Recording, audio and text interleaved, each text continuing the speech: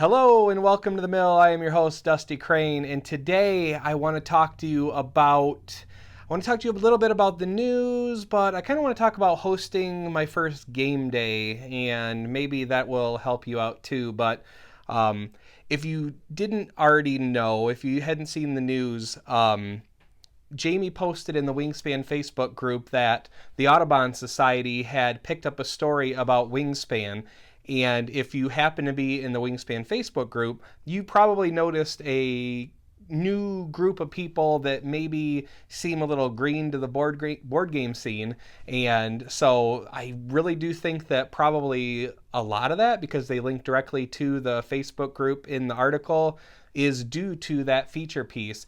If you haven't read it, I think it's really good. It talks about Elizabeth and her friends and her husband and them sitting down and asking each other, or Elizabeth asking, why are there no games that are of interest to us? I mean, we have science fiction, and we have castles and marauding warriors and stuff like that, but nothing particularly for the topics that they found interested. And so Elizabeth started, making this game. I think it said in 2014. I know it's been in development for a while, so it's just really cool to see, how it's gone from, just this idea to a fully realized game that is, I mean, I think not by any stretch of the imagination, it's really taken off and kind of has, I was going to say legs of its own at this point, but let's say wings of its own. It's going to fly.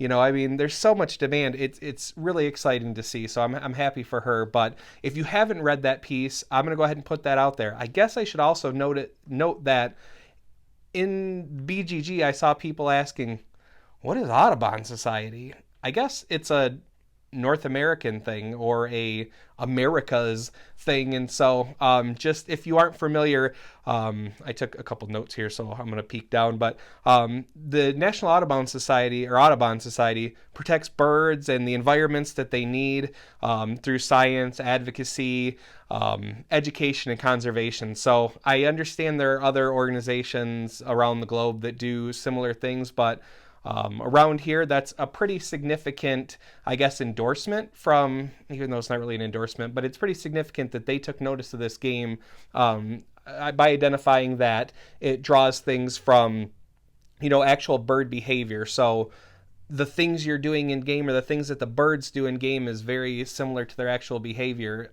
I think I'm going to quit gushing about it. You can go read it for yourself. I'll include a link in the show notes below. Now I want to get to what I actually wanted to talk about this week, and that was I hosted my first board game night. I don't have a group of friends that necessarily find board games as exciting as I do, and so I went ahead and reached out to some family and that I don't see as much as I'd like to, and said, let's put this thing together. I went ahead and basically just brought some games out. I had, and I'll post a picture, but I had Downforce and Between Two Castles of Mad King Ludwig and Wingspan and The Big Score by Van Ryder Games, and just, set up the table and had a few snacks put out. And I got to thinking, man, maybe, I'm sure there are dozens and dozens of articles about how to host a game night and what to do.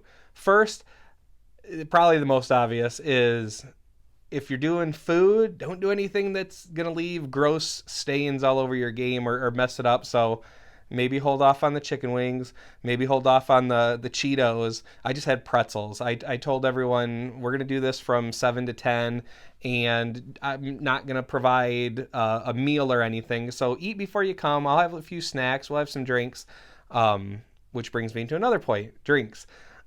I went ahead and just had stuff off to the side on a table so that people weren't drinking at the game table. But I also got to thinking that in the future, I'm going to be inviting other people. And one in particular has had struggles with alcohol.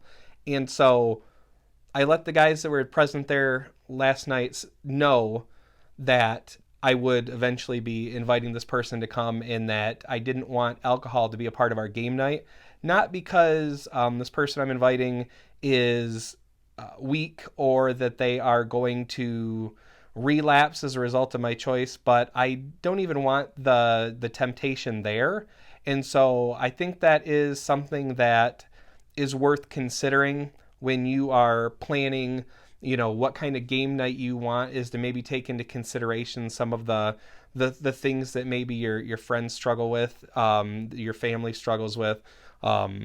There's no shame in that. And so I don't know that any of the topics I've seen on this have necessarily gone into considering, who's coming to your game night in quite that way. And so I just wanted to put that out there that, maybe, take those things into consideration.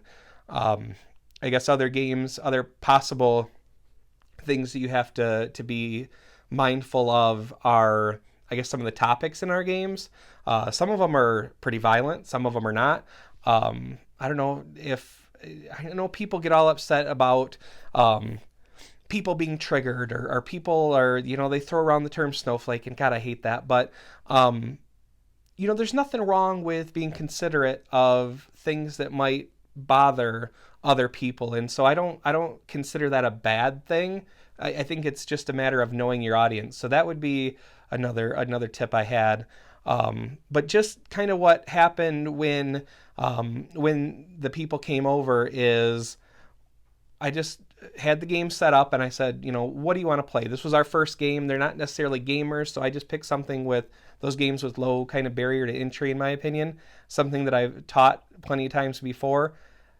That being said, the other tip I kind of had was maybe have videos available, or just this last week, Jamie posted a how to teach Wingspan, and he's done that before. I've seen his how to teach Scythe, and I really do think that that's something that you want to take into consideration. Everyone has a unique way of teaching games, and so, maybe this is something you're comfortable with. Maybe it's not something you're comfortable with. It doesn't hurt to see how other people teach games, because you might be able to at least draw something from it. Particularly with Jamie, who's probably taught the game a lot, you could probably take something from the way that he has decided is the best way for him to teach. I know last night I did not do the best job of it, because that was one of the things I heard after the fact. Was it was kind of one of those, I'm going to say backhanded compliments, but that's not what it was at all. It was more or less somebody that was surprised by Wingspan, and they said, I didn't know what to think. I wasn't 100% certain about this. I just went ahead and trusted you.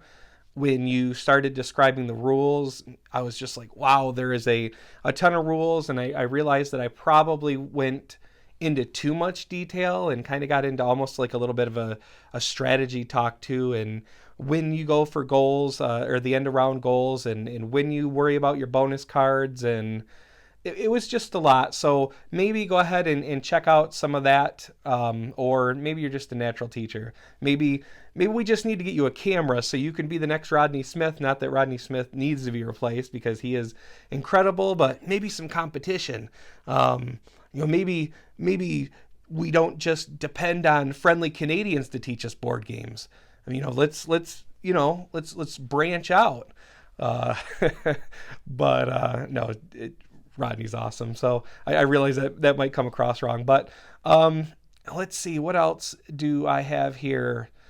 I guess just be open, particularly with a new group of people, to maybe you end up playing the same game all night long. We ended up playing 2 games of Downforce and 1 game of Wingspan. I wanted to get some of those other games in, but maybe learning too many games for people that aren't necessarily accustomed to that is something you want to think about too.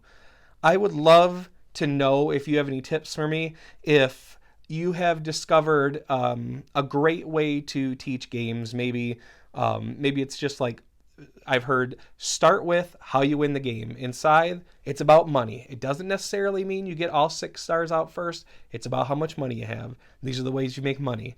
With Wingspan, it's all about the victory points. These are the ways you get victory points. Whatever it is, if there's a good way for you to teach games, let me know. If you If you've hosted game nights and you've learned some valuable lessons, or there's some tips that I didn't even mention, I'm sure there's a ton of tips. I'm a little bit brain frazzled.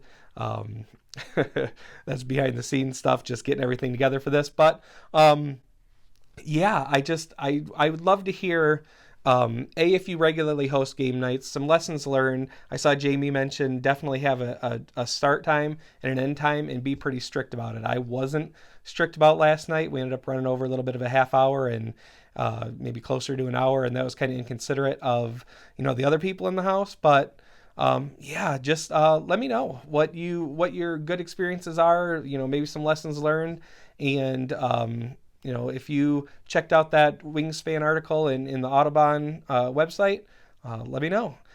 If you have anything you want to talk about, drop them in the comments. I'll put the links to the stuff I talked about in the show notes. And that's all I have for you this week. I hope you guys have a great week, and I'll see you again. Thanks for watching. Bye.